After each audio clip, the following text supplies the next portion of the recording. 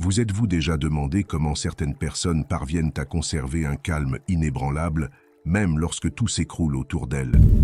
Dans cette vidéo, je vous dévoile 10 puissants enseignements bouddhistes qui vous aideront à développer cette même sérénité. Restez jusqu'à la fin, car nous vous apprendrons non seulement à gérer le stress et l'anxiété, mais aussi à trouver la paix intérieure dans les situations les plus difficiles. De plus, à la fin de la vidéo, je partagerai une pratique que vous pouvez mettre en œuvre dès aujourd'hui pour transformer votre vie. Le bouddhisme, fort de sa sagesse ancestrale, nous offre des outils pratiques pour vivre en paix, quelles que soient les difficultés rencontrées. Aujourd'hui, je vous apprendrai à gérer le stress, à surmonter les défis, à cultiver des relations plus saines et bien plus encore. Si l'un de nos passages vous interpelle, n'hésitez pas à laisser un commentaire avec vos réflexions. J'aimerais connaître votre point de vue et votre expérience. Comment gérer le stress et l'anxiété grâce aux techniques bouddhistes? Le stress et l'anxiété font partie intégrante de la vie humaine, surtout dans notre monde moderne, où les responsabilités et les problèmes semblent se multiplier chaque jour. Mais s'il est impossible d'éliminer complètement le stress, nous pouvons apprendre à le gérer plus efficacement. Le bouddhisme propose une série d'enseignements qui nous aident à trouver le calme au milieu du chaos et à changer notre rapport à ces émotions courantes. Ce que nous allons apprendre ici, c'est que le stress et l'anxiété ne sont pas nos ennemis, mais plutôt des guides qui nous montrent comment améliorer notre vie. L'une des premières étapes pour gérer le stress est de reconnaître le lien entre le corps et l'esprit. Avez-vous déjà remarqué que, lorsque votre esprit est envahi par les soucis, votre corps le reflète par des tensions musculaires ou un inconfort physique? Ce qui se passe dans notre esprit se manifeste dans notre corps, et vice-versa. Cette idée, si fondamentale dans le bouddhisme, nous montre que pour apaiser notre esprit, il faut aussi prendre soin de notre corps.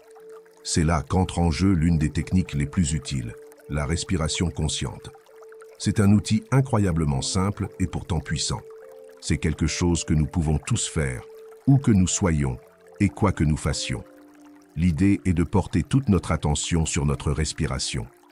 Souvent, nous n'en sommes même pas conscients. Lorsque nous sommes stressés, notre respiration a tendance à devenir rapide et superficielle, ce qui aggrave l'anxiété. Mais en pratiquant la respiration consciente, nous pouvons apaiser notre esprit et notre corps. Comment? C'est très simple. Si, à un moment de la journée, vous sentez que le stress vous envahit, essayez ceci. Arrêtez-vous une seconde, fermez les yeux si possible et soyez attentif à votre respiration. Sentez l'air entrer par le nez, remplir vos poumons, puis ressortir lentement. Concentrez-vous sur ce cycle d'inspiration et d'expiration. Vous remarquerez que, petit à petit, votre esprit s'éclaircit et que la tension commence à se dissiper. La respiration consciente n'est pas seulement efficace en temps de crise. Vous pouvez également la pratiquer tout au long de la journée. Par exemple, en allant au travail, en prenant un café ou même en faisant la queue. Plus vous la pratiquerez, plus il vous sera facile de vous y référer en cas de besoin. C'est un moyen rapide et efficace de revenir au présent. Souvent, le stress et l'anxiété naissent d'inquiétudes concernant l'avenir ou de souvenirs du passé. La respiration consciente nous ramène au présent, au seul moment que nous possédons vraiment. Parlons maintenant d'un autre enseignement bouddhiste qui peut s'avérer très utile en période de stress, l'acceptation de l'impermanence. L'une des principales causes de stress est notre besoin de contrôle, notre désir que tout se passe exactement comme prévu. Mais en réalité, rien n'est permanent dans la vie. Tout change. C'est une réalité parfois difficile à accepter, mais elle peut aussi être extrêmement libératrice. Le bouddhisme nous enseigne que tout est en constante évolution et que ce qui nous stresse aujourd'hui peut disparaître demain. Accepter que rien n'est éternel, bon ou mauvais, nous aide à lâcher prise et à laisser la vie suivre son cours. Laissez-moi vous donner un exemple.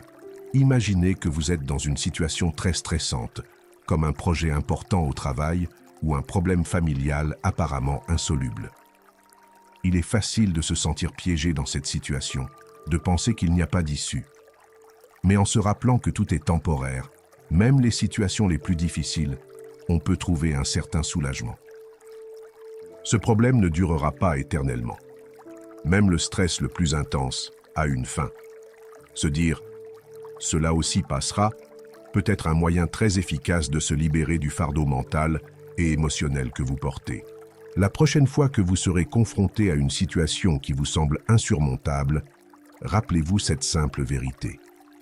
Comme nous l'avons déjà mentionné, le stress ne se manifeste pas seulement dans notre esprit, il affecte également notre corps. C'est pourquoi il est essentiel de prendre soin de son corps pour gérer le stress. L'exercice physique est l'un des meilleurs moyens d'y parvenir.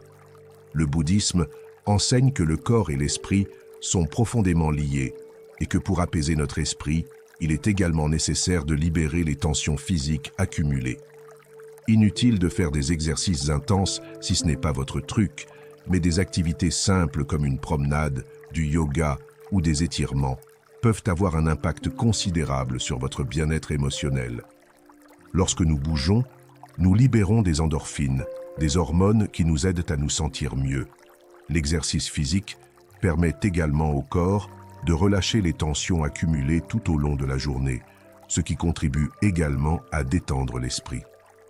Imaginez, vous avez eu une journée longue et stressante. Votre esprit est saturé de pensées et votre corps est tendu. Au lieu de rester figé dans cet état, prenez quelques minutes pour vous étirer ou faire une promenade. Peu importe la durée, l'important est qu'en bougeant, vous permettiez à votre esprit et à votre corps de relâcher ces tensions. Le simple fait de bouger en pleine conscience peut faire des merveilles pour votre bien-être mental.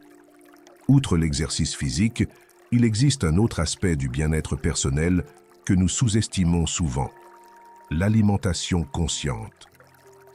Le bouddhisme nous enseigne également à prêter attention à ce que nous mangeons et à la façon dont nous le mangeons. Souvent, lorsque nous sommes stressés, nous mangeons vite fait, sans réfléchir, ou nous nous tournons vers des aliments malsains pour nous réconforter. Or, ce que nous mangeons a un impact direct sur notre bien-être. En choisissant des aliments frais et sains et en mangeant en pleine conscience, nous nourrissons non seulement notre corps, mais aussi notre esprit. Je vous invite à essayer quelque chose lors de votre prochain repas. Au lieu de vous précipiter, prenez quelques minutes pour savourer votre repas. Observez les couleurs, les odeurs, les saveurs. Ressentez comment chaque bouchée nourrit votre corps. Manger en pleine conscience est non seulement bon pour la digestion, mais cela permet aussi de se déconnecter des soucis et de se concentrer sur l'instant présent. Enfin, je voudrais vous parler du pouvoir des relations. Parfois, le stress et l'anxiété s'intensifient parce que nous avons l'impression de devoir tout porter seul. Mais le bouddhisme nous rappelle que nous ne sommes pas seuls. Des relations saines et un soutien mutuel sont essentiels à notre santé émotionnelle. Partager nos inquiétudes avec une personne de confiance peut soulager considérablement notre stress. N'hésitez pas à demander de l'aide lorsque vous en avez besoin. Votre entourage peut être une source incroyable de soutien et de soulagement dans les moments difficiles. Les relations que nous cultivons influencent également notre façon d'affronter les difficultés. En nous entourant de personnes qui nous comprennent et nous soutiennent, nous créons un environnement empreint de compassion et de compréhension. Alors, si vous sentez que le stress vous envahit, n'hésitez pas à en parler. Parfois, tout ce dont nous avons besoin, c'est d'une oreille attentive. Si cette réflexion vous a été utile, n'hésitez pas à aimer la vidéo. Cela nous permettra d'atteindre davantage de personnes susceptibles de bénéficier de ces enseignements. Respiration consciente pour apaiser l'esprit. L'un des piliers les plus puissants du bouddhisme pour trouver sérénité et équilibre au quotidien est la respiration consciente. C'est si simple et pourtant si profondément transformateur. Souvent, lorsque nous traversons des moments de stress, d'anxiété, ou simplement lorsque notre esprit est occupé par 1000 pensées, nous oublions combien il est essentiel de s'arrêter et de prêter attention à notre respiration. La respiration est la base de tout, une constante dans nos vies. Si nous apprenons à en prendre conscience, nous pouvons trouver un outil puissant pour apporter calme et clarté à toute situation. Imaginez, vous êtes au milieu d'une journée chargée, avec des choses à faire, des problèmes à résoudre et un esprit qui passe sans cesse d'une préoccupation à l'autre. Vous sentez-vous dépassé, presque en pilotage automatique? Cela vous est-il déjà arrivé? Dans ces moments-là, ce dont vous avez besoin, c'est d'un point d'ancrage pour vous ramener au présent, et ce point d'ancrage, c'est votre respiration. Pratiquer la respiration consciente ne nécessite ni lieu ni moment précis. Vous pouvez la pratiquer à tout moment de la journée. L'essentiel est de prêter attention à chaque inspiration et expiration, en observant comment l'air entre et sort de votre corps. C'est comme si, l'espace d'un instant, tout le reste cessait d'avoir de l'importance, et que seul l'instant présent existait. Le simple fait de prendre conscience de sa respiration peut radicalement changer notre ressenti en quelques minutes.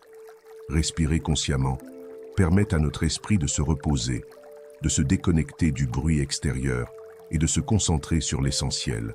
Et ce n'est pas seulement un outil pour les moments de stress, c'est quelque chose que nous pouvons pratiquer à tout moment, même lorsque tout va bien.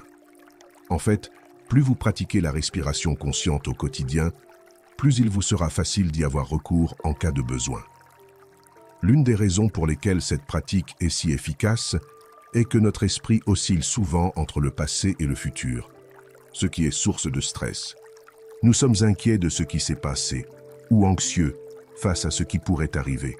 Le bouddhisme nous enseigne que la seule réalité est l'instant présent, et la respiration est un moyen d'ancrer notre esprit dans ce présent.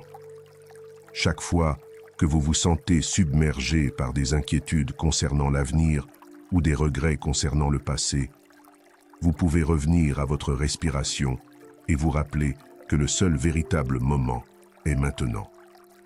Dans la pratique bouddhiste, la respiration consciente est utilisée non seulement comme technique de relaxation, mais aussi comme outil pour cultiver la pleine conscience. En prêtant attention à notre respiration, nous entraînons également notre esprit à être plus attentif à tous les aspects de notre vie. La respiration n'est qu'un début. Une fois que nous avons appris à être présents par la respiration, nous pouvons étendre cette conscience à d'autres activités, comme manger, marcher ou simplement rester assis en silence. Imaginez par exemple que vous vous sentez très nerveux, peut-être avant une réunion ou une présentation importante.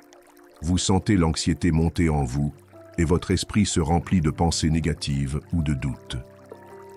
Dans ces moments-là, au lieu de céder à l'anxiété, arrêtez-vous un instant et concentrez-vous sur votre respiration. Tenez-vous droit, fermez les yeux si possible et commencez à respirer profondément. Inspirez par le nez, remplissez vos poumons d'air, puis expirez doucement. Concentrez-vous uniquement sur la respiration, en laissant chaque expiration chasser l'anxiété. Petit à petit, votre esprit s'apaisera et votre corps réagira à cet état de tranquillité. La respiration consciente présente également des bienfaits physiques. Lorsque nous sommes stressés ou anxieux, notre respiration devient plus superficielle et plus rapide, ce qui nous prive d'oxygène et accroît notre sensation d'inconfort. Mais en pratiquant une respiration lente et profonde, non seulement nous calmons notre esprit, mais nous apportons aussi à notre corps l'oxygène dont il a besoin pour mieux fonctionner. C'est comme si chaque respiration profonde et consciente rappelait à notre corps que tout va bien, qu'il n'y a pas lieu de paniquer. Ce simple changement dans notre respiration peut avoir un effet immédiat sur notre état émotionnel et physique. De plus, la respiration consciente peut également nous aider à développer une meilleure connexion avec notre corps. Nous vivons souvent à un rythme si effréné que nous ne prêtons pas attention à ce que notre corps ressent. Mais en prenant le temps de respirer en pleine conscience, nous pouvons commencer à percevoir ce que notre corps ressent à ce moment précis. Êtes-vous tendu quelque part? Ressentez-vous une gêne? Être attentif à ces sensations physiques pendant que vous respirez peut vous aider à identifier et à libérer des tensions dont vous ignoriez l'existence. Vous pouvez pratiquer ce type de respiration à différents moments de la journée. Imaginez que vous êtes dans une situation conflictuelle ou une vive dispute. Il est facile de se laisser emporter par ses émotions et de réagir de manière impulsive. Cependant, si, au lieu de réagir immédiatement, vous prenez quelques secondes pour respirer profondément et consciemment, vous serez probablement en mesure de réagir de manière plus calme et rationnelle. En fait, cette pause peut faire la différence entre une réaction impulsive qui aggrave la situation et une réponse calme qui désamorce le conflit.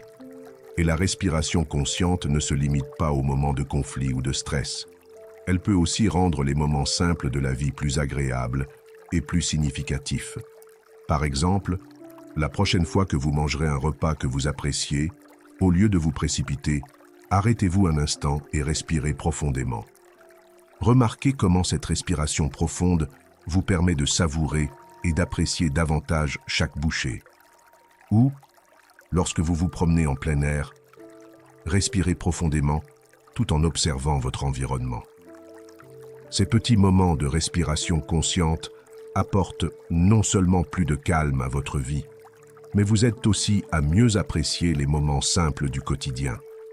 On oublie souvent que la respiration consciente est un outil toujours à notre disposition. Nul besoin d'être un maître de la méditation pour en profiter. En réalité, c'est dans les moments les plus banals, au cœur du chaos quotidien, que la respiration consciente peut avoir l'impact le plus profond. Pas besoin de passer des heures à méditer pour apaiser son esprit. Quelques minutes de respiration consciente peuvent faire toute la différence. L'une des meilleures façons de pratiquer régulièrement la respiration consciente est de l'intégrer à votre routine quotidienne. Par exemple, vous pouvez commencer chaque journée par quelques minutes de respiration consciente avant de vous lever. Asseyez-vous, fermez les yeux et respirez profondément pendant quelques minutes, permettant à votre esprit et à votre corps de se préparer à la journée. Vous pouvez également le faire avant de vous coucher pour apaiser votre esprit et vous préparer à un sommeil réparateur. En pratiquant régulièrement la respiration consciente, vous remarquerez son impact sur votre réaction au stress. Les situations qui vous auraient auparavant dépassé vous sembleront plus faciles à gérer et votre capacité à rester calme dans les moments difficiles augmentera. Vous remarquerez également que votre esprit devient plus clair et plus concentré, vous permettant de prendre des décisions plus conscientes et rationnelles. Développer la résilience grâce à la sagesse bouddhiste. La résilience est une compétence dont nous avons tous besoin, surtout face aux difficultés. Mais que signifie réellement être résilient? Dans le bouddhisme, la résilience ne se résume pas à la capacité à endurer la douleur ou les épreuves, mais à la capacité de s'adapter, d'apprendre et de se renforcer. Il ne s'agit pas seulement d'endurer, mais de faire face aux difficultés, en utilisant chaque défi comme une opportunité de grandir. Souvent, lorsque nous pensons à la résilience, nous l'imaginons comme une sorte d'armure qui nous protège des problèmes. Cependant, le bouddhisme nous offre une perspective différente. Au lieu d'être comme un rocher immobile face à la tempête, le bouddhisme nous enseigne à être comme un bambou qui plie sous le vent sans se briser. Cette flexibilité, cette capacité à s'adapter sans résistance à tout ce qui se présente, est la véritable clé de la résilience. Pour commencer à développer la résilience d'un point de vue bouddhiste, la première chose à faire est d'accepter la réalité des défis. Souvent, la douleur et la souffrance s'intensifient parce que nous les combattons, car nous refusons d'accepter que les difficultés font partie de la vie. Le bouddhisme nous enseigne que la souffrance fait inévitablement partie de l'existence. Aucune vie n'est exempte de difficultés, mais nous pouvons choisir comment les affronter. Lorsque nous cessons de résister et commençons à accepter ce que nous ne pouvons pas contrôler, nous libérons une grande quantité d'énergie que nous utilisions auparavant dans cette lutte constante. Le bouddhisme nous aide à développer notre résilience grâce au détachement. Cela ne signifie pas que nous cessons de ressentir ou de nous inquiéter, mais plutôt que nous apprenons à ne pas nous attacher aux conséquences. Lorsque nous sommes trop attachés à nos désirs, tout écart par rapport à ce plan peut nous causer une immense souffrance. Mais lorsque nous acceptons que le changement est inévitable et que nous ne pouvons pas toujours contrôler ce qui se passe, nous devenons plus flexibles et donc plus résilients. En apprenant à lâcher prise sur ce qui échappe à notre contrôle, nous commençons à considérer les défis non pas comme des obstacles, mais comme des opportunités d'apprentissage et d'évolution. Imaginez que vous soyez confronté à un défi majeur dans votre vie. Il peut s'agir d'un problème au travail ou d'une difficulté relationnelle. Il est facile de se sentir dépassé et de penser que la situation est injuste ou que les choses devraient être différentes. Mais le bouddhisme nous invite à accepter la situation telle qu'elle est, non par résignation, mais en comprenant que si nous ne pouvons pas changer les circonstances, nous pouvons adapter notre réaction. Cette capacité à adapter notre attitude à ce que nous ne pouvons pas contrôler est l'un des piliers de la résilience. Le concept d'impermanence, déjà évoqué dans les chapitres précédents, joue un rôle fondamental dans le développement de la résilience. En gardant à l'esprit que tout, y compris les difficultés, est temporaire, nous pouvons surmonter les épreuves avec plus d'aisance. Nous savons que, quelle que soit la difficulté du moment présent, celui-ci aussi passera. Cette conscience de la fugacité des choses nous donne la force de continuer, même lorsque tout semble sombre.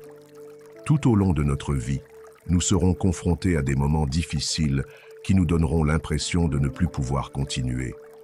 Mais le bouddhisme nous rappelle que la résilience ne signifie pas éviter la douleur ou les problèmes, mais plutôt trouver la force intérieure de continuer. Et comment trouver cette force? Par la pleine conscience, la méditation et la concentration sur le présent. En nous concentrant sur l'ici et maintenant, nous cessons de nous inquiéter de l'avenir et réalisons que nous avons la capacité d'affronter n'importe quelle situation, une étape à la fois. Prendre soin de son corps et de son esprit est un autre outil puissant pour développer sa résilience. Lorsque nous sommes épuisés physiquement ou mentalement, il est beaucoup plus difficile d'affronter les défis de la vie. C'est pourquoi il est essentiel de prendre soin de notre santé physique par l'exercice, l'alimentation et le repos. L'exercice physique renforce non seulement notre corps, mais libère également les tensions et procure un sentiment de bien-être. La pratique d'activités relaxantes, comme le yoga ou la méditation, nous aide à retrouver équilibre et clarté mentale, nous permettant d'affronter les défis avec plus de sérénité. Mais la résilience se construit aussi grâce aux relations. Dans le bouddhisme, la communauté et l'entraide sont très importants. Face aux difficultés, il est facile de se sentir seul, comme si personne ne comprenait ce que l'on traverse. Mais en s'ouvrant aux autres, en partageant ses inquiétudes et en cherchant du soutien, on trouve la force d'avancer. Des relations saines, fondées sur la compassion et le respect mutuel, sont fondamentales pour notre résilience. Savoir que nous ne sommes pas seuls et que nous avons des gens qui nous soutiennent nous rend beaucoup plus forts. De plus, aider les autres est un puissant moyen de renforcer notre résilience. En sortant de nous-mêmes et en prêtant attention aux besoins des autres, nous leur apportons non seulement du soutien, mais nous puisons aussi une source de force en nous-mêmes. Aider les autres à surmonter leurs propres difficultés nous rappelle qu'au final, nous sommes tous dans le même bateau, et cela nous procure un sentiment de connexion et de sens qui peut rendre nos propres problèmes plus faciles à gérer. Si ces informations vous sont utiles et que vous souhaitez en savoir plus sur la façon de transformer votre vie grâce au bouddhisme, abonnez-vous et activez les notifications pour ne rien manquer de nos prochaines vidéos. Le bouddhisme nous invite également à changer notre regard sur les défis. Au lieu de les considérer comme des freins, nous pouvons les considérer comme des maîtres qui nous montrent où nous devons progresser. Chaque défi nous offre l'occasion d'apprendre quelque chose de nouveau sur nous-mêmes, de découvrir une force intérieure que nous ignorions. Cette capacité à transformer les problèmes en opportunités est l'une des clés d'une résilience durable. Un aspect intéressant de la résilience dans le bouddhisme est l'idée de flexibilité et d'adaptabilité. Au lieu de nous accrocher à notre vision des choses, nous pouvons apprendre à être plus ouverts à ce que la vie nous offre.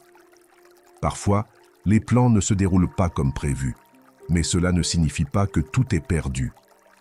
Être résilient c'est savoir s'adapter aux changements, s'adapter aux circonstances et trouver de nouvelles solutions, même lorsque les choses ne se déroulent pas comme prévu. Cette flexibilité nous permet d'affronter les défis avec plus de légèreté et de souplesse. Enfin, le bouddhisme nous enseigne que la résilience ne se résume pas à résister ou à endurer, mais à grandir. Chaque défi auquel nous sommes confrontés nous offre l'occasion de développer de nouvelles compétences, d'en apprendre davantage sur nous-mêmes et d'approfondir notre pratique spirituelle.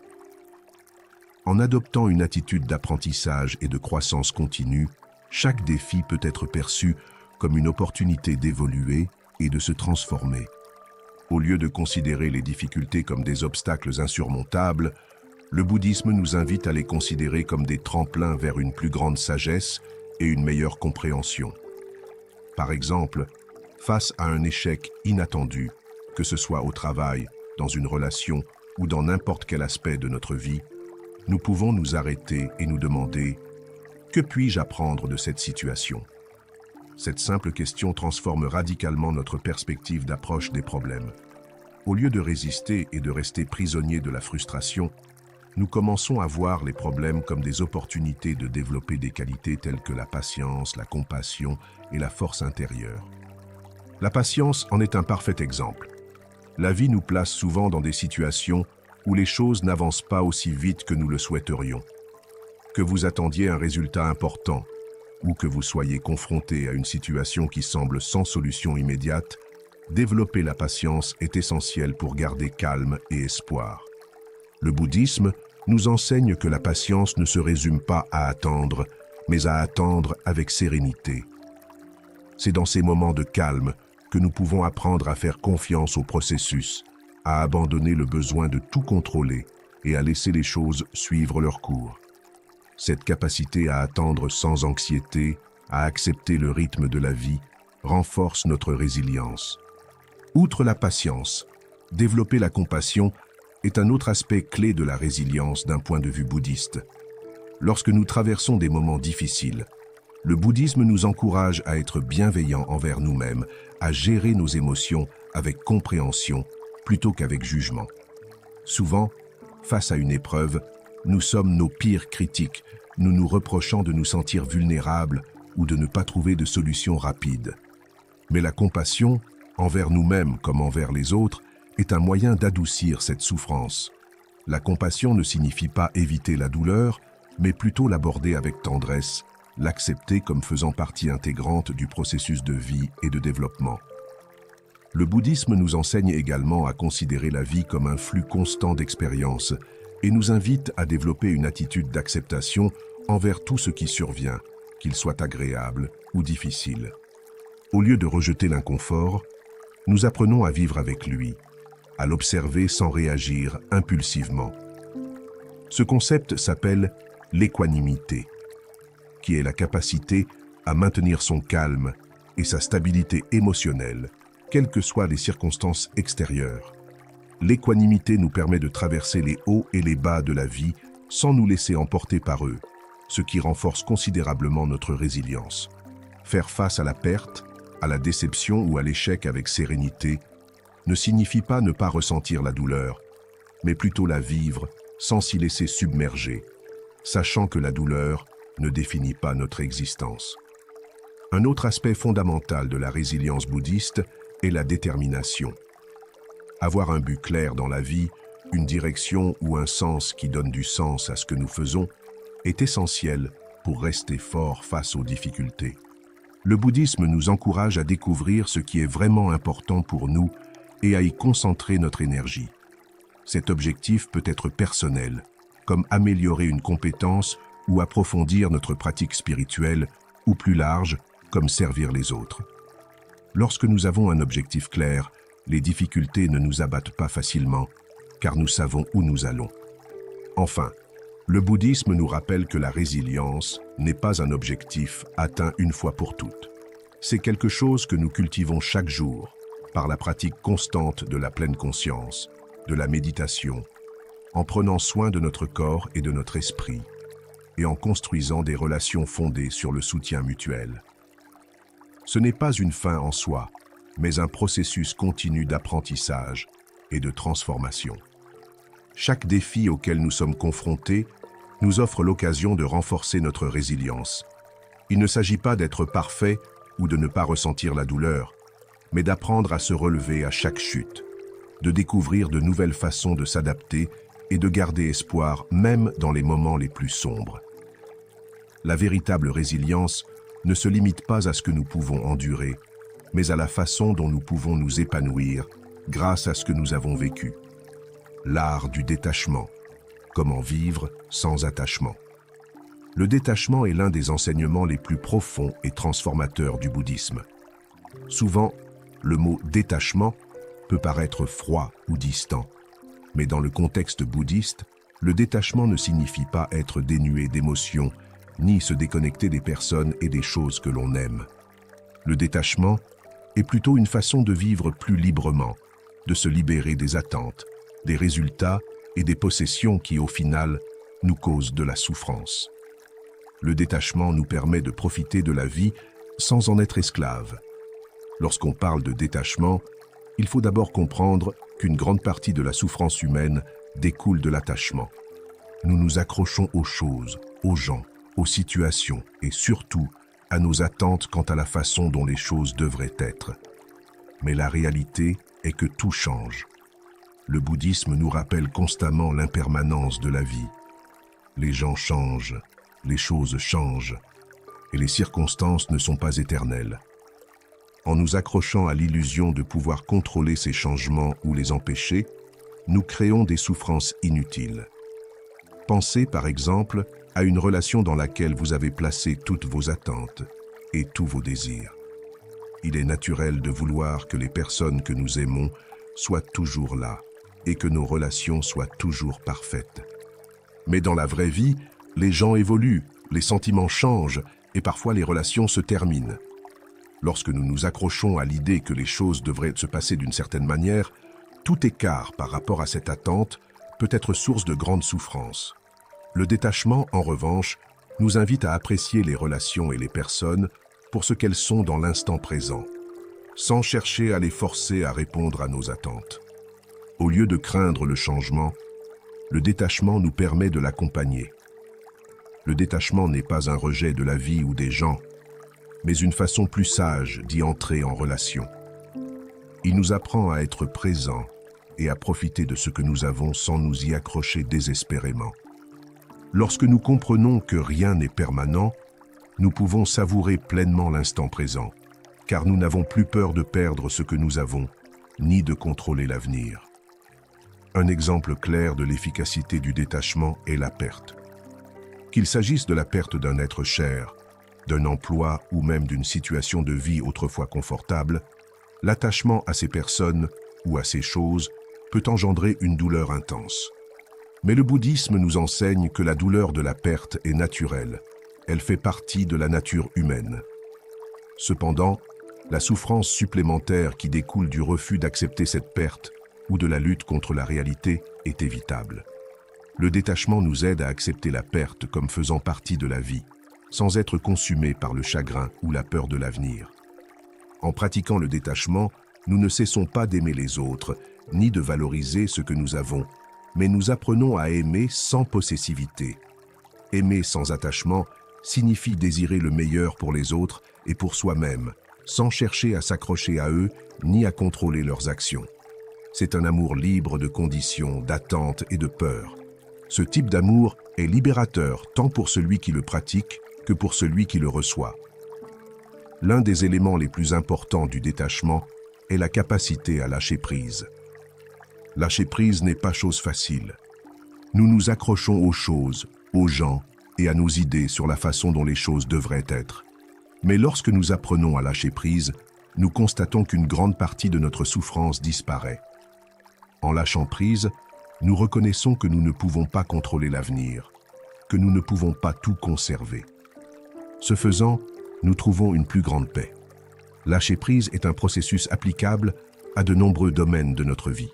Parfois, il est nécessaire de se défaire de vieilles idées qui ne nous servent plus, comme les croyances sur ce dont nous avons besoin pour être heureux. D'autres fois, il s'agit de se détacher de situations ou de personnes qui nous font plus de mal que de bien.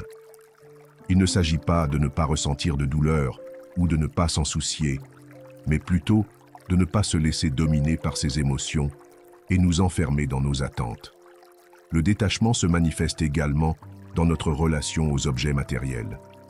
Nous vivons dans une société qui accorde une grande importance aux possessions et il est facile de tomber dans le piège de croire qu'il nous faut plus de choses pour être heureux. Mais le détachement matériel nous rappelle que rien ne peut nous apporter un bonheur durable. Certes, il est naturel de profiter du confort, mais lorsqu'on s'attache trop aux possessions, on finit par en devenir esclave. Le détachement matériel nous permet d'apprécier les choses sans les laisser nous définir. Le minimalisme, par exemple, est une expression moderne de cet enseignement bouddhiste sur le détachement matériel.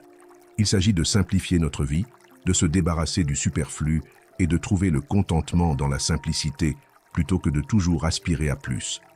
En pratiquant le détachement des choses matérielles, nous constatons que nous avons plus de place pour ce qui compte vraiment, nos relations, notre paix intérieure et notre développement personnel.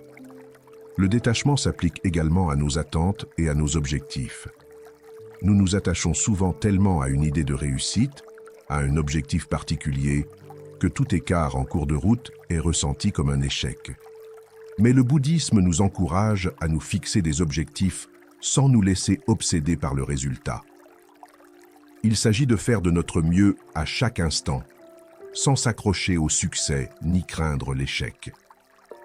Cela ne signifie pas que nous ne devons pas nous efforcer d'atteindre nos objectifs, mais plutôt que nous ne devons pas laisser notre bonheur dépendre uniquement de ces résultats. En pratiquant le détachement, nous commençons à vivre plus léger.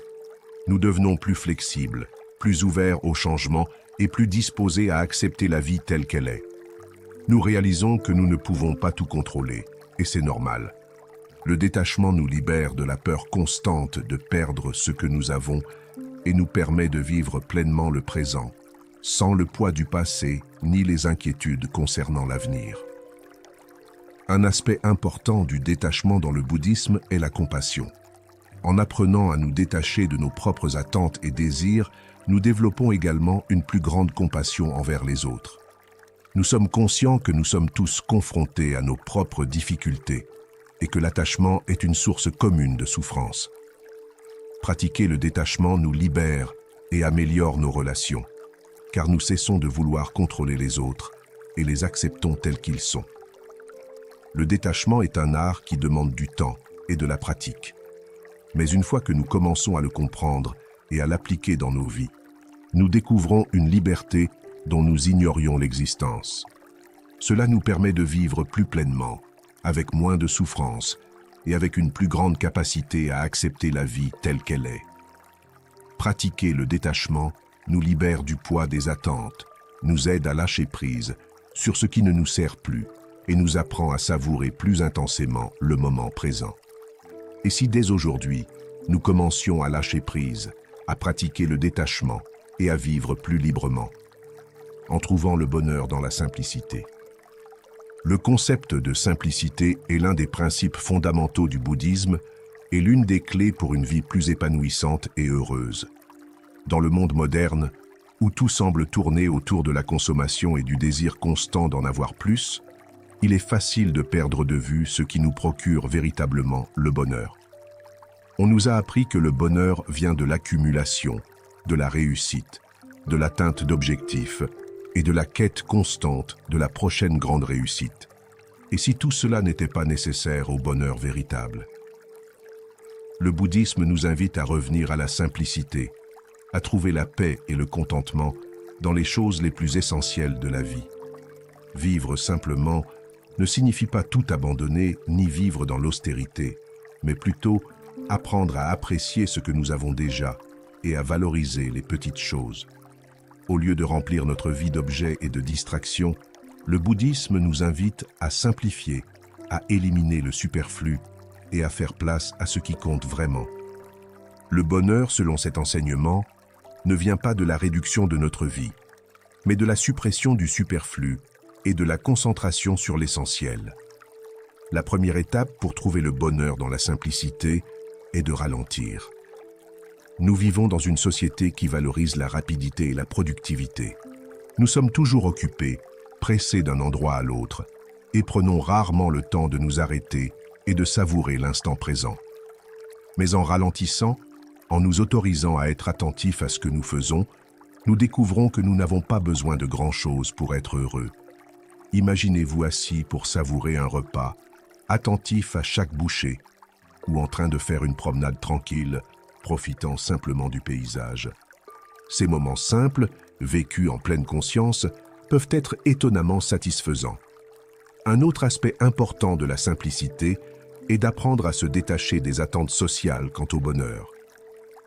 Dès notre plus jeune âge, on nous apprend que pour être heureux, il faut réussir, gagner de l'argent, avoir une grande maison ou une nouvelle voiture. Mais combien de fois avons-nous accompli l'une de ces choses pour finalement réaliser que le bonheur qu'elle procure est temporaire? Le bouddhisme nous invite à remettre en question ces croyances et à rechercher le bonheur dans ce qui est déjà présent dans nos vies. Cela ne signifie pas que nous ne pouvons pas avoir d'aspirations ou de désirs, mais il s'agit de ne pas laisser notre bonheur dépendre entièrement de ces réalisations. Le minimalisme, en tant que philosophie de vie, a gagné en popularité ces dernières années et s'inscrit profondément dans les enseignements bouddhistes sur la simplicité.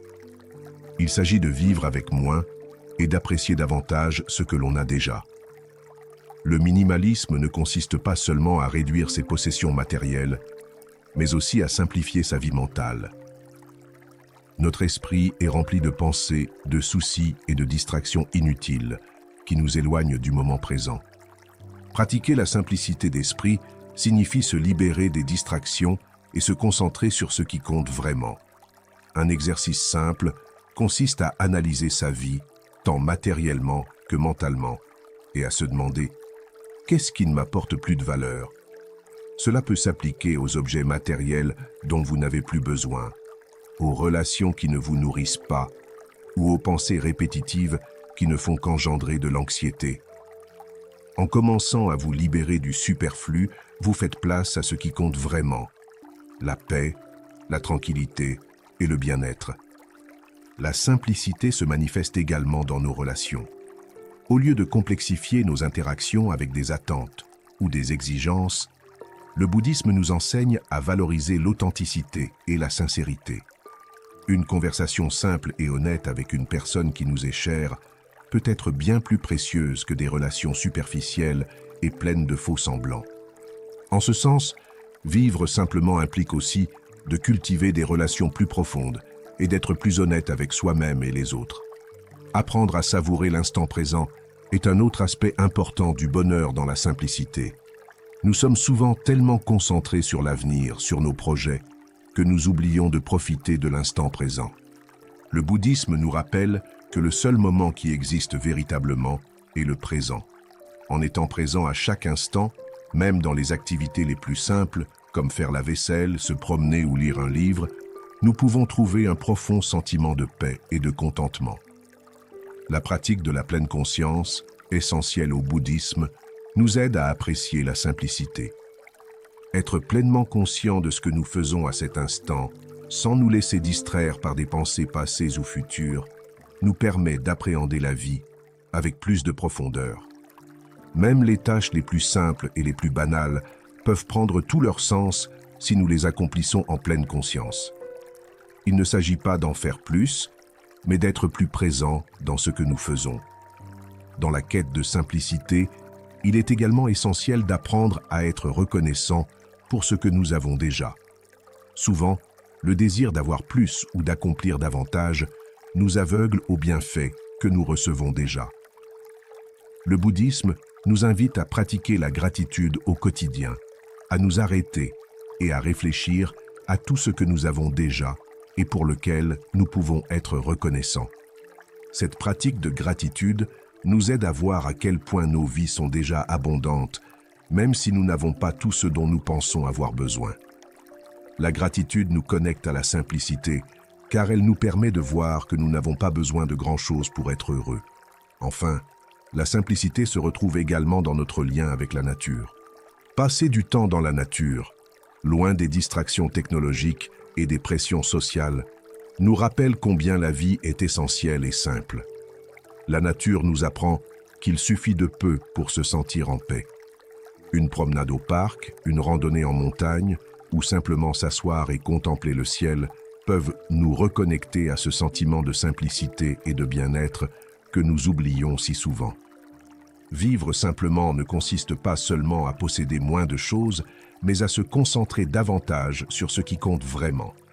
En éliminant le superflu, tant physique que mental, nous trouvons plus d'espace pour le bonheur, la paix et le bien-être. Pratiquer la simplicité nous invite à être plus présents, à valoriser ce que nous avons déjà et à profiter de la vie telle qu'elle est, sans les distractions et les attentes qui nous empêchent si souvent d'atteindre le véritable bonheur. Surmonter les défis de la vie grâce au bouddhisme. La vie est pleine de défis, des petits tracas quotidiens aux crises personnelles majeures. Personne n'est à l'abri des difficultés, et le bouddhisme nous enseigne que nous ne pouvons pas tout contrôler autour de nous, mais que nous pouvons maîtriser notre attitude face aux défis. Au lieu de leur résister, le bouddhisme nous invite à les considérer comme des opportunités de grandir, d'apprendre et de renforcer notre paix intérieure. L'un des principes clés du bouddhisme pour surmonter les difficultés est le concept de dukkha, qui se traduit par souffrance ou insatisfaction. Le Bouddha a enseigné que la souffrance fait inévitablement partie de la vie. Qu'il s'agisse de la perte d'un être cher, de difficultés financières, d'échecs ou de changements inattendus, nous traversons tous des moments de deuil. Cependant, plutôt que de lutter contre cette souffrance ou de chercher à l'éviter à tout prix, le bouddhisme nous enseigne à l'accepter comme faisant partie intégrante de l'existence. La résistance à la souffrance ne fait que l'intensifier, tandis que l'acceptation nous permet de la percevoir plus clairement et de trouver des moyens de l'atténuer. Un aspect central du bouddhisme est la pratique de la pleine conscience, ou mindfulness, pour faire face aux défis. Face à une situation difficile, notre esprit a tendance à réagir par la peur, l'anxiété ou le rejet. Au lieu de rester bloqué dans ces schémas de réaction, le bouddhisme nous invite à être présent dans l'instant présent, à observer ce qui se passe sans jugement ni réaction impulsive. En étant présent, nous pouvons affronter les défis avec plus de calme et de sagesse, plutôt que de céder au désespoir ou à la panique. Imaginez que vous traversez une période difficile au travail, avec un projet qui ne se déroule pas comme prévu. Au lieu de laisser le stress et la frustration prendre le dessus, la pleine conscience vous aide à vous arrêter un instant, à respirer et à observer vos émotions et vos pensées sans les juger. De cette façon, vous pouvez commencer à vous détacher émotionnellement de la situation et à la considérer avec plus d'objectivité. Cet espace créé entre vos émotions et la situation vous donne la clarté nécessaire pour prendre des décisions plus judicieuses et éviter les réactions impulsives. L'impermanence est un autre principe bouddhiste fondamental pour surmonter les difficultés. Tout change dans la vie, y compris les moments difficiles. Même lorsqu'une situation nous semble insurmontable, le rappel que rien n'est éternel nous apporte réconfort et perspective. Quelle que soit l'ampleur du défi, les circonstances finiront par changer. Et ce qui semble insurmontable aujourd'hui peut être source de force et de croissance demain. Se rappeler que les difficultés sont temporaires nous aide à maintenir une attitude plus sereine et équilibrée dans les moments difficiles. Le détachement, comme nous l'avons vu dans le chapitre précédent, joue également un rôle crucial face aux difficultés. Souvent, notre souffrance s'accroît parce que nous nous accrochons à l'idée que les choses devraient être comme elles devraient être. Nous nous attendions peut-être à des relations différentes, à un travail plus épanouissant ou à une vie qui suive un chemin particulier. Cependant, la vie ne suit pas toujours nos plans, et lorsque nous nous y attachons trop, nous ressentons de la frustration et souffrons. Pratiquer le détachement nous permet de laisser tomber ces attentes et d'accepter la vie telle qu'elle est, avec ses hauts et ses bas. Au lieu de résister au changement, nous pouvons l'accompagner et trouver de nouvelles opportunités dans chaque situation. Le bouddhisme nous invite également à considérer les défis comme une occasion de pratiquer la compassion. Face aux difficultés, il est facile de sombrer dans l'autopunition ou la frustration envers les autres. Mais le bouddhisme nous enseigne à être bienveillants envers nous-mêmes et envers les autres, même face aux difficultés. Pratiquer la compassion en période d'épreuve signifie être patient avec soi-même, reconnaître ses limites et ses erreurs sans jugement. De même, il nous invite à être compréhensifs envers les autres, en comprenant que chacun est aux prises avec ses propres luttes intérieures. Un autre principe bouddhiste essentiel pour surmonter les difficultés est la résilience. Comme nous l'avons vu au chapitre 3, la résilience ne consiste pas à éviter la douleur ou les problèmes, mais plutôt à apprendre à s'y adapter et à en tirer des leçons. Chaque défi auquel nous sommes confrontés est une occasion de renforcer notre esprit et notre âme. En adoptant une attitude de curiosité et d'apprentissage face aux difficultés, plutôt que de rejeter et de résister, nous pouvons transformer chaque problème en une précieuse leçon. Avoir un but est également un outil puissant pour surmonter les défis.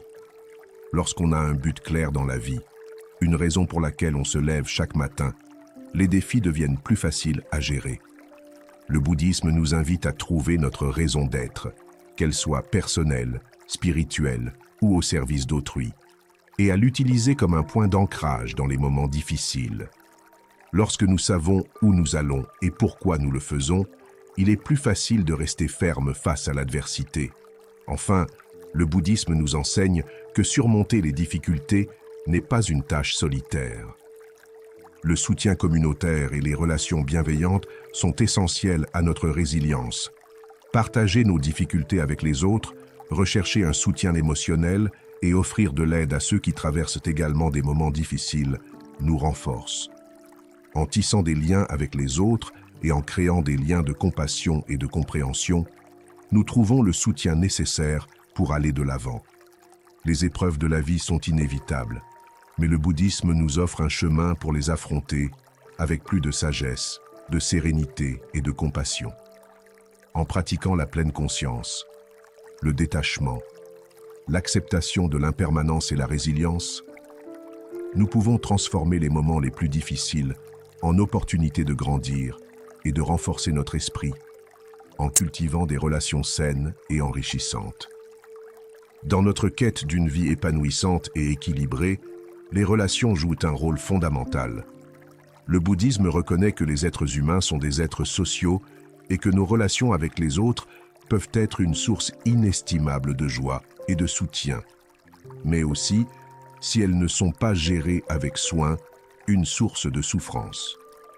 Cultiver des relations saines et enrichissantes est essentiel à notre paix intérieure et à notre croissance spirituelle, et les enseignements bouddhistes nous offrent des outils précieux pour y parvenir. L'un des principes les plus importants du bouddhisme concernant les relations est le concept d'interdépendance. Cela signifie que nous sommes tous connectés et que nos actes et nos paroles ont un impact sur les autres. Lorsque nous comprenons que nos vies sont étroitement liées à celles de ceux qui nous entourent, nous prenons davantage conscience de l'impact de nos actions sur les autres. Plutôt que de considérer nos relations avec égoïsme ou avec ce que nous pouvons en retirer, le bouddhisme nous invite à être attentifs et compatissants dans nos interactions. En cultivant cette conscience, nos relations gagnent en sens et en authenticité. La compassion est au cœur de toute relation saine, selon la perspective bouddhiste. Au lieu de nous concentrer uniquement sur nos besoins ou nos désirs, le bouddhisme nous enseigne à cultiver une attitude d'amour et de compréhension envers autrui. La compassion dans les relations signifie non seulement être présent lorsque tout va bien, mais aussi offrir soutien et empathie lorsque les choses deviennent difficiles. Cela ne signifie pas nécessairement résoudre les problèmes des autres, mais plutôt être là pour eux et leur offrir un soutien inconditionnel. L'écoute active est un aspect essentiel de la compassion dans les relations. Souvent, lorsque nous parlons aux autres, nous sommes tellement concentrés sur ce que nous voulons dire ou sur la manière de répondre que nous oublions de les écouter véritablement. Le bouddhisme nous invite à pratiquer l'écoute active, c'est-à-dire à être véritablement présent pendant la conversation, sans juger, sans planifier notre réponse, et sans nous laisser distraire. Cette façon d'écouter crée un espace de confiance et d'ouverture où chacun peut partager ses pensées et ses sentiments en sachant qu'il est véritablement entendu. Lorsque nos relations sont fondées sur une écoute sincère, elles gagnent en profondeur et en sens.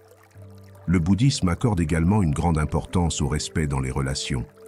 Le respect est un pilier fondamental de toute relation saine, que ce soit avec ses amis, sa famille ou ses collègues.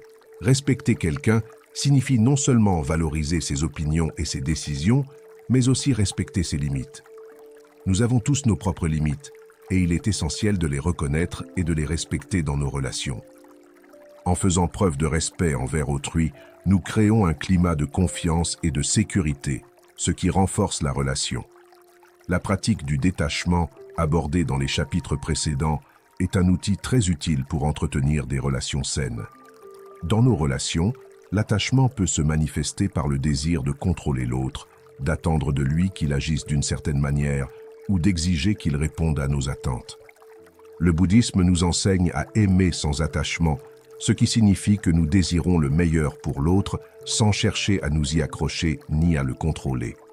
Ce type d'amour est bien plus libérateur, tant pour nous que pour l'autre. Il nous permet d'être présents dans la relation sans le poids d'attentes irréalistes ni la peur de l'abandon. Le pardon est un autre élément essentiel à la construction de relations profondes.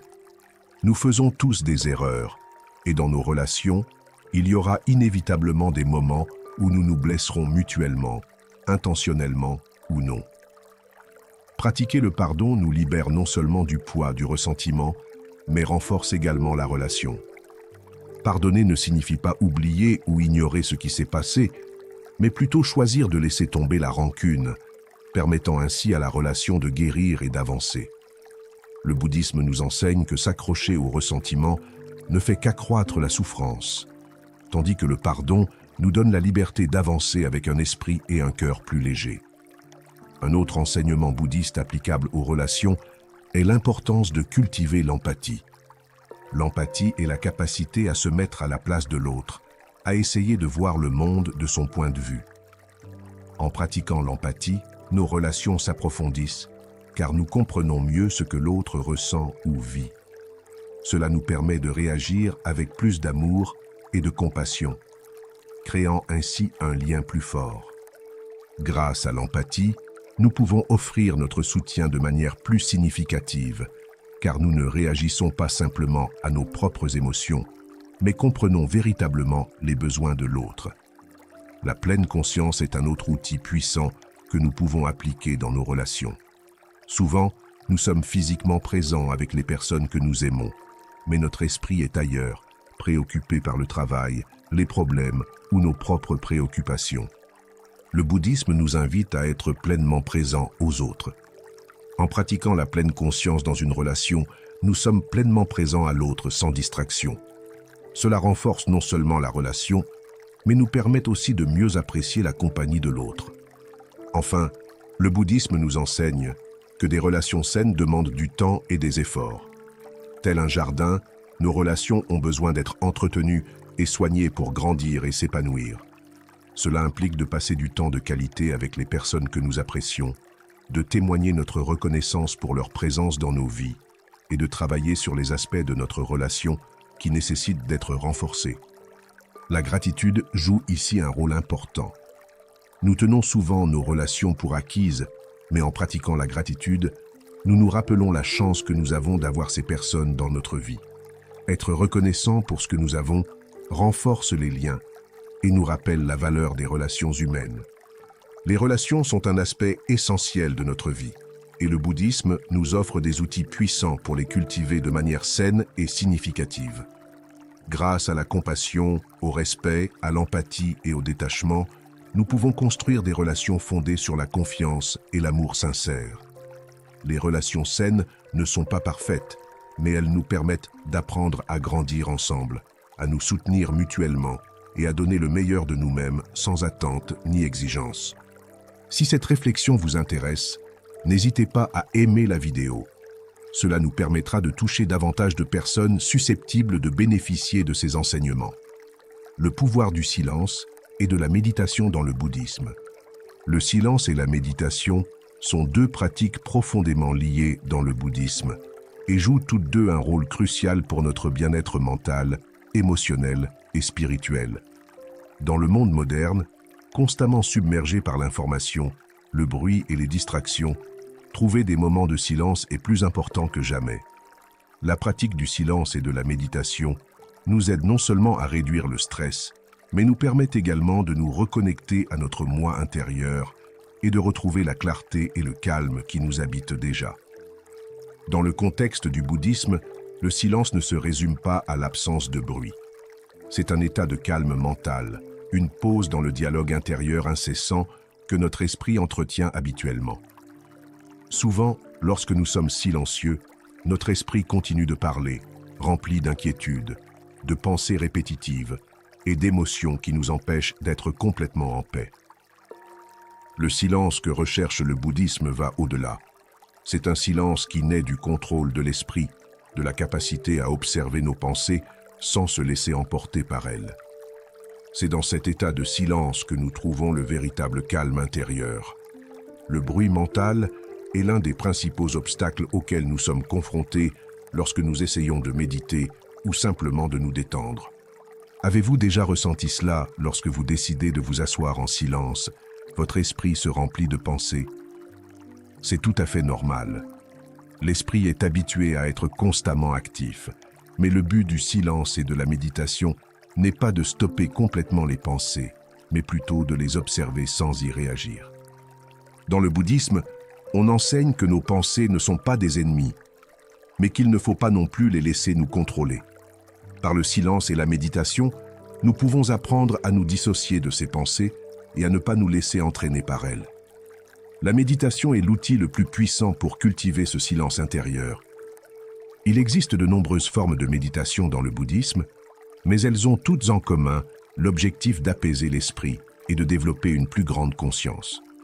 La méditation est non seulement utile pour se détendre, mais elle nous aide aussi à voir le monde et nous-mêmes avec plus de clarté. En méditant, nous créons un espace où nous pouvons observer nos émotions et nos pensées sans jugement, ce qui nous permet de réagir aux situations de la vie avec plus de sagesse et moins de réactivité. Une forme de méditation très courante dans le bouddhisme est la méditation vipassana, qui se concentre sur l'observation attentive de la respiration et des sensations corporelles. Dans cette pratique, vous vous asseyez simplement en silence et observez comment l'air entre et sort de votre corps, ainsi que les différentes parties de votre corps ressenties dans l'instant présent. Vous ne cherchez pas à changer quoi que ce soit, vous vous contentez d'observer. À mesure que vous poursuivez votre pratique, vous remarquerez que votre esprit devient plus calme et plus concentré. Cette simple pratique d'observation consciente peut avoir un impact profond sur votre bien-être émotionnel et mental. Une autre forme de méditation est la méditation metta, ou méditation de bienveillance. Ici, au lieu de simplement observer votre respiration, concentrez-vous sur la génération de sentiments d'amour et de compassion envers vous-même et les autres. Vous commencez par vous souhaiter du bien, puis à vos proches, et enfin, vous exprimez ces sentiments d'amour et de bienveillance envers tous. Cette pratique vous aide non seulement à développer la compassion et l'empathie, mais aussi à ouvrir votre cœur, créant un état de paix intérieure qui se reflète dans vos relations avec les autres. Grâce à la méditation et au silence, nous commençons à cultiver la conscience de soi. Nous prenons davantage conscience de nos schémas de pensée, de nos émotions et de nos réactions aux situations de la vie quotidienne. Cette conscience de soi est essentielle à notre développement personnel et spirituel, car elle nous permet de briser les habitudes inconscientes qui nous font souffrir. En restant assis en silence et en observant notre esprit, nous commençons à voir plus clairement ce qui nous motive, ce qui nous inquiète et ce dont nous devons nous libérer. Le silence nous offre également l'occasion d'écouter notre moi intérieur. Dans le monde moderne, où la distraction est la norme, nous perdons souvent le contact avec nos véritables besoins et désirs. Nous nous laissons emporter par les attentes extérieures, les opinions des autres et le bruit constant du quotidien. Mais en pratiquant le silence, nous pouvons renouer avec notre intuition et découvrir ce dont nous avons réellement besoin pour vivre plus pleinement et plus authentiquement. Outre la méditation formelle, le silence peut également être pratiqué de manière plus informelle au quotidien.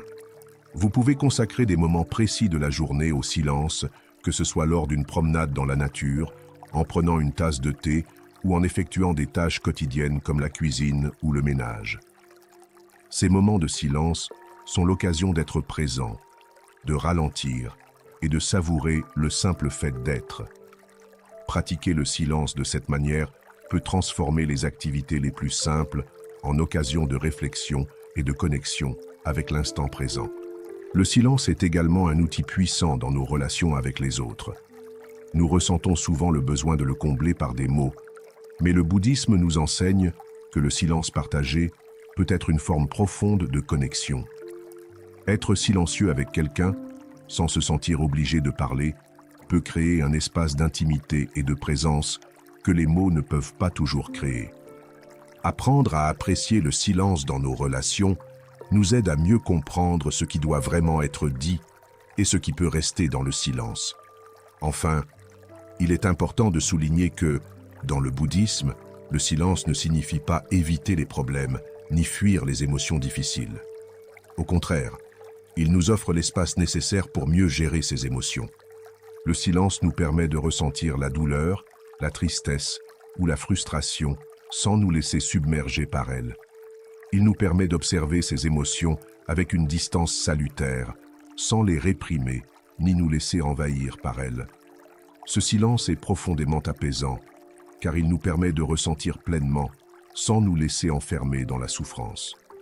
Dans le bouddhisme, le silence et la méditation ne sont pas seulement des pratiques visant à réduire le stress, mais de puissants outils pour transformer notre relation à nous-mêmes et au monde qui nous entoure. Grâce au silence, nous retrouvons la clarté, le calme et la sagesse qui existent déjà en nous, mais qui sont souvent obscurcis par le bruit du quotidien. En pratiquant régulièrement la méditation et le silence, nous nous ouvrons à un niveau plus profond de conscience de soi, de compassion et de paix intérieure, et découvrons que le véritable pouvoir du silence réside dans sa capacité à transformer notre esprit et notre cœur. Briser le cycle de la souffrance, la roue du samsara. L'un des concepts les plus profonds et les plus essentiels du bouddhisme est l'idée de samsara, le cycle sans fin de la naissance, de la mort et de la renaissance, également connu sous le nom de cycle de la souffrance. Ce cycle représente non seulement l'existence physique, mais aussi la répétition continue de schémas mentaux et émotionnels qui nous maintiennent prisonniers de la souffrance. Le but du bouddhisme est de briser ce cycle afin d'atteindre la libération, ou ce qu'on appelle le nirvana, l'état de paix et de libération totale de la souffrance. Dans ce chapitre, nous explorerons comment appliquer les enseignements bouddhistes pour briser les schémas qui nous font souffrir et vivre une vie plus épanouissante et consciente. Samsara est le cycle dans lequel nous sommes tous pris. On nous apprend que nous sommes prisonniers de ce cycle à cause de notre ignorance et de notre attachement.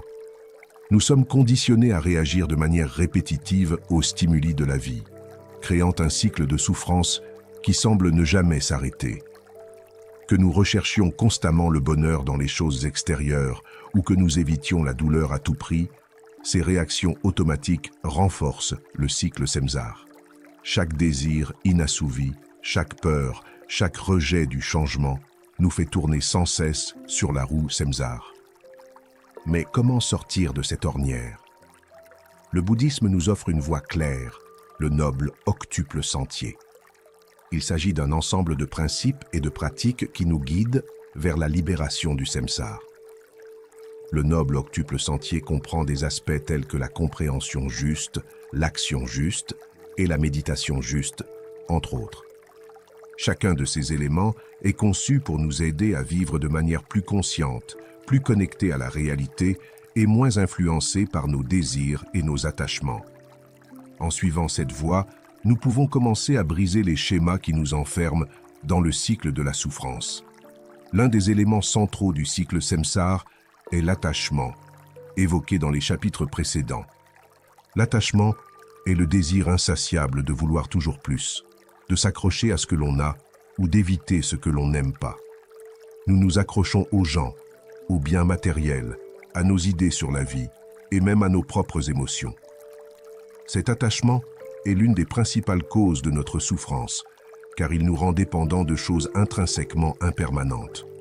Lorsque ce que nous désirons change ou disparaît, et ce sera toujours le cas car tout est impermanent, nous souffrons. Le détachement est donc l'un des outils les plus puissants que le bouddhisme nous offre pour nous libérer de samsara. L'ignorance joue également un rôle crucial dans le cycle de samsara. Dans le bouddhisme, l'ignorance ne désigne pas simplement un manque de connaissances, mais une incompréhension de la véritable nature de la réalité. Nous croyons que les choses sont permanentes, que notre identité est figée et que nous pouvons trouver un bonheur durable dans les biens matériels ou les circonstances extérieures. Mais c'est une illusion. Le bouddhisme nous enseigne que tout est impermanent et qu'il n'existe pas de soi fixe auquel s'accrocher. Briser cette ignorance est essentiel pour sortir du cycle du samsara, car cela nous permet de voir clairement la réalité et de vivre plus librement et plus consciemment. Pour briser cette ignorance, le bouddhisme nous invite à pratiquer la méditation et la pleine conscience. Grâce à la méditation, nous pouvons entraîner notre esprit à voir les choses telles qu'elles sont, sans le filtre de nos émotions, de nos désirs et de nos préjugés. La méditation nous aide à observer nos pensées et nos émotions sans y réagir, ce qui nous permet de voir plus clairement comment notre esprit fonctionne et comment nous nous enfermons dans des schémas de souffrance. En développant cette conscience de soi, nous commençons à nous libérer de l'ignorance qui nous maintient dans le cycle du samsara. Un autre enseignement bouddhiste fondamental pour briser le cycle du samsara est la pratique du non-soi, ou anatta. Ce concept nous enseigne que l'idée d'un soi distinct et permanent est une illusion. En réalité, nous sommes une série de processus interdépendants et en constante évolution. Il n'existe pas de moi fixe auquel s'accrocher, et plus nous cherchons à nous définir ou à nous accrocher à une identité, plus nous souffrons. En cessant de nous identifier à un moi fixe, nous cessons de réagir automatiquement aux circonstances de la vie, ce qui nous libère du cycle de l'apitoiement sur soi. Le bouddhisme enseigne également que la compassion est un outil puissant pour briser le cycle de la souffrance. Souvent, la souffrance nous pousse à nous concentrer uniquement sur nous-mêmes, sur nos propres difficultés et désirs. Mais le bouddhisme nous invite à regarder au-delà de nous-mêmes et à développer de la compassion pour les autres. En pratiquant la compassion, nous prenons conscience que tous les êtres sont prisonniers du même cycle de souffrance que nous, et cela nous connecte à une vérité plus profonde. En cultivant la compassion, nous aidons non seulement les autres à soulager leurs souffrances, mais nous réduisons aussi les nôtres en nous libérant de l'égoïsme et de l'attachement qui nous enferment dans le samsara. Développer la sagesse est un autre élément clé pour briser le cycle du samsara. Le bouddhisme nous enseigne que la sagesse est la compréhension profonde de la véritable nature de la réalité. L'impermanence, la souffrance et l'absence de soi fixe. Cette sagesse n'est pas une simple connaissance intellectuelle, mais une compréhension directe et expérientielle qui naît de la pratique de la méditation et de la pleine conscience. En développant cette sagesse, nous commençons à voir la vie plus clairement et à nous libérer des illusions qui nous enferment dans le samsara. Le karma, la loi de cause à effet, est un élément fondamental du cycle SEMSARE. Nos actions, nos pensées et nos paroles ont des conséquences sur notre vie présente et future. Le bouddhisme nous enseigne qu'en cultivant des actions et des pensées positives, nous pouvons changer notre karma et, à terme, nous libérer du samsara. Cela implique d'agir avec compassion, honnêteté et générosité, non seulement envers les autres, mais aussi envers nous-mêmes. En pratiquant un karma positif, nous commençons à semer les graines de la libération plutôt que celles de la souffrance. En fin de compte, la libération du samsara ne se fait pas du jour au lendemain. Elle exige pratique, patience et dévouement. Le bouddhisme nous enseigne que chaque instant est une opportunité d'avancer sur le chemin de la libération. Grâce à la méditation, au détachement, à la compassion et à la sagesse, nous commençons à briser les schémas qui nous enferment dans le cycle de la souffrance. Et chaque fois que nous parvenons à lâcher prise un peu plus, chaque fois que nous cultivons un peu plus de sagesse, nous nous rapprochons de la libération totale. Samsara est un cycle dans lequel nous sommes tous plongés, mais le bouddhisme nous offre les outils pour le briser et accéder à une vie plus libre et plus paisible. Grâce à la pratique du noble sentier octuple, à la méditation et au développement de la sagesse et de la compassion, nous pouvons commencer à nous libérer des schémas répétitifs qui nous font souffrir et trouver une libération durable, transformant ainsi notre vie par le karma et le lien de cause à effet. L'un des principes fondamentaux du bouddhisme est la loi du karma, qui décrit la relation entre nos actions, nos pensées et leurs conséquences. Le karma, fondamentalement, est la loi de cause à effet, et il nous enseigne que nos vies sont façonnées non seulement par les circonstances extérieures, mais aussi par nos actions au fil du temps. Le karma est un concept complexe, mais c'est aussi un puissant outil de développement personnel et spirituel, car il nous rappelle que chacune de nos décisions, aussi insignifiantes soient-elles, a un impact à long terme. Le karma n'est pas une punition ou une récompense imposée par une force extérieure, mais plutôt le résultat naturel de nos actions. Si nous agissons avec compassion, honnêteté et bienveillance, ces actions créent des conditions favorables à notre bien-être.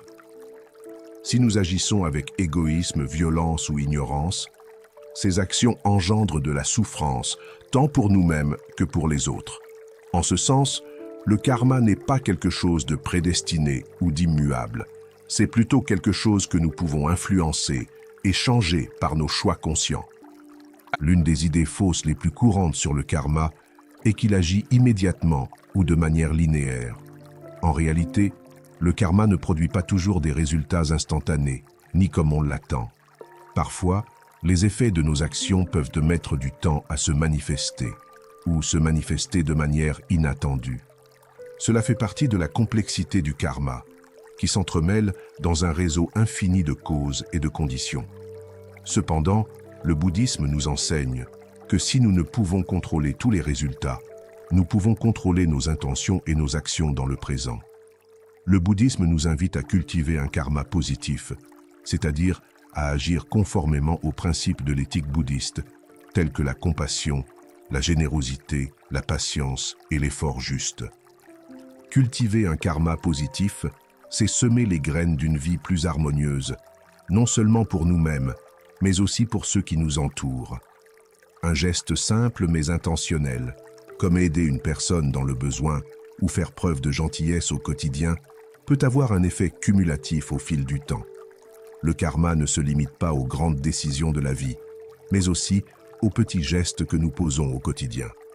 Un aspect essentiel du karma est que nos actions affectent non seulement notre présent, mais peuvent aussi influencer notre avenir, voire nos vies futures, selon les enseignements bouddhistes. Dans le cycle du samsara, chaque vie est liée aux actions et aux choix des vies antérieures. Cela signifie que le karma accumulé dans cette vie peut influencer nos expériences futures. Bien que ce concept de vie passée et future ne soit pas accepté par tous, dans le contexte du bouddhisme, il nous rappelle que nos actions ont un impact durable et que nous devons agir avec sagesse et responsabilité.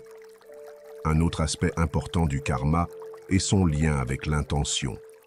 Dans le bouddhisme, non seulement les actions physiques ou verbales sont valorisées, mais aussi les intentions qui les sous-tendent. Deux personnes peuvent accomplir la même action, mais si leurs intentions sont différentes, le karma qu'elles génèrent sera également différent. Par exemple, une personne peut donner de l'argent dans l'intention d'aider autrui, tandis qu'une autre le fera dans l'espoir d'obtenir une reconnaissance ou un bénéfice personnel. Bien que le résultat extérieur soit le même, le karma qu'elle génère est très différent. Le bouddhisme nous enseigne donc à être conscients non seulement de ce que nous faisons, mais aussi de la raison pour laquelle nous le faisons. La pratique du karma nous invite également à être plus attentifs à nos réactions face aux situations de la vie. Souvent, nous réagissons aux circonstances de manière autonome, en nous basant sur des schémas comportementaux anciens et profondément ancrés. Le bouddhisme nous invite à briser ces schémas grâce à la pleine conscience. En étant conscients de nos actions et de nos réactions, nous pouvons choisir consciemment comment agir, plutôt que de nous laisser guider par nos émotions ou nos impulsions. Ce niveau de conscience nous permet de créer un karma positif et de briser les cycles de comportement qui perpétuent la souffrance. Un exemple clair de l'action du karma au quotidien est celui des conflits ou des difficultés relationnelles. Nous réagissons souvent de manière défensive ou agressive lorsque nous avons le sentiment d'avoir été lésés.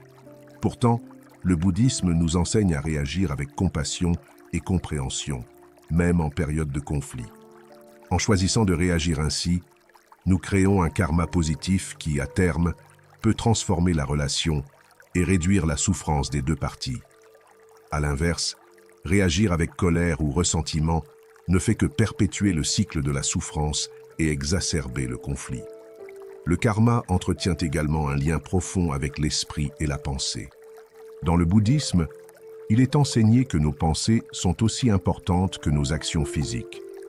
Chaque pensée que nous cultivons a le potentiel d'influencer nos actions et le monde qui nous entoure. Cultiver des pensées de bonté, de compassion et de gratitude non seulement nous influence, mais influence aussi notre façon de traiter les autres.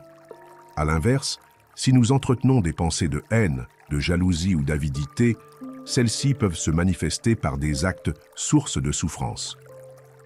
Grâce à la pratique de la méditation et de la pleine conscience, nous pouvons commencer à observer les schémas de pensée générateurs de karma négatif et œuvrer à leur transformation. La méditation nous aide non seulement à apaiser notre esprit, mais aussi à développer une meilleure conscience de soi.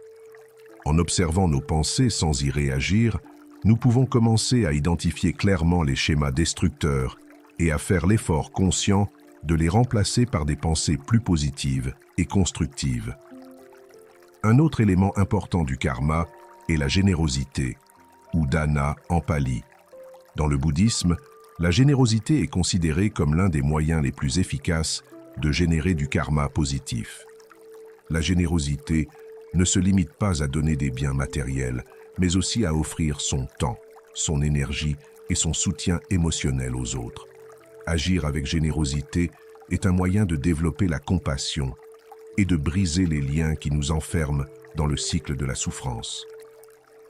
Chaque fois que nous donnons sans rien attendre en retour, nous pratiquons le détachement, créant ainsi des conditions favorables à notre bien-être et à celui des autres.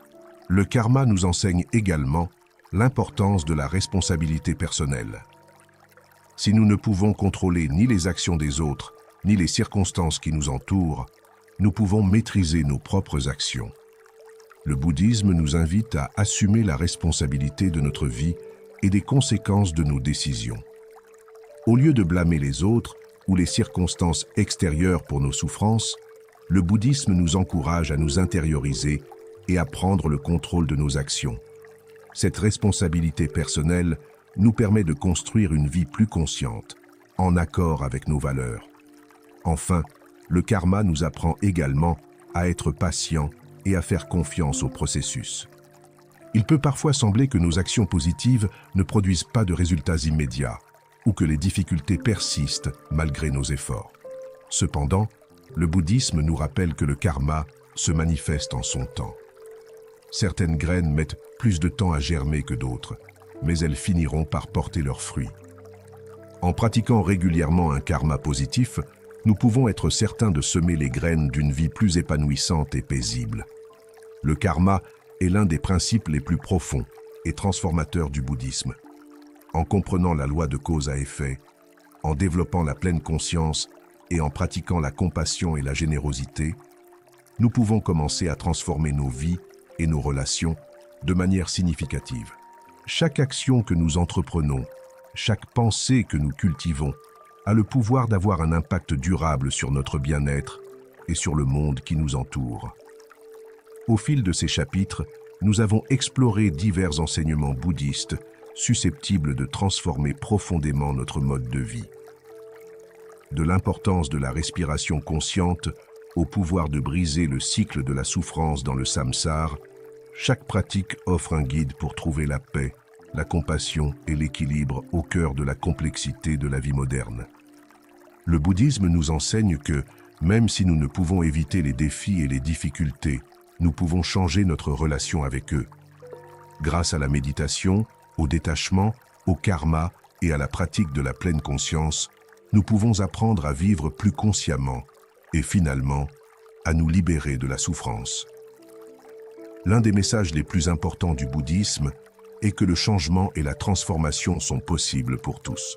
Peu importe à quel point nous nous sentons prisonniers de nos schémas de souffrance, il existe toujours une issue si nous sommes prêts à regarder en nous-mêmes, à accepter qui nous sommes et à faire les efforts nécessaires pour améliorer notre vie. Chaque petit pas sur le chemin de la compréhension de soi et de l'épanouissement personnel nous rapproche un peu plus de la libération de la souffrance. Maintenant que nous avons atteint le terme de ce cheminement d'enseignement, il est important de se rappeler que le véritable changement vient d'une pratique constante. Ces concepts ne sont pas de simples théories, mais des outils à appliquer au quotidien. En intégrant ces enseignements à votre vie, vous constaterez que, petit à petit, à chaque respiration consciente, à chaque acte de compassion et à chaque instant de pleine conscience, vous ressentirez davantage de paix et de clarté. Je vous invite à réfléchir à ce que vous avez appris aujourd'hui. Lequel de ces enseignements vous parle le plus? N'hésitez pas à les partager dans les commentaires. Partagez vos réflexions, expériences ou questions. Et ensemble, nous pourrons continuer à explorer cette voie de croissance personnelle et spirituelle. Si vous avez apprécié cette vidéo et qu'elle a enrichi votre vie, n'oubliez pas de l'aimer et de vous abonner à la chaîne pour découvrir davantage de contenus inspirants et transformateurs. Vous pouvez également activer la cloche pour recevoir des notifications de nos prochaines vidéos. Partagez également cette vidéo avec vos amis ou votre famille, qui, selon vous, pourraient bénéficier de ces enseignements. Ensemble, nous pouvons créer une communauté de personnes engagées à vivre une vie plus consciente et épanouissante. Rendez-vous dans la prochaine vidéo.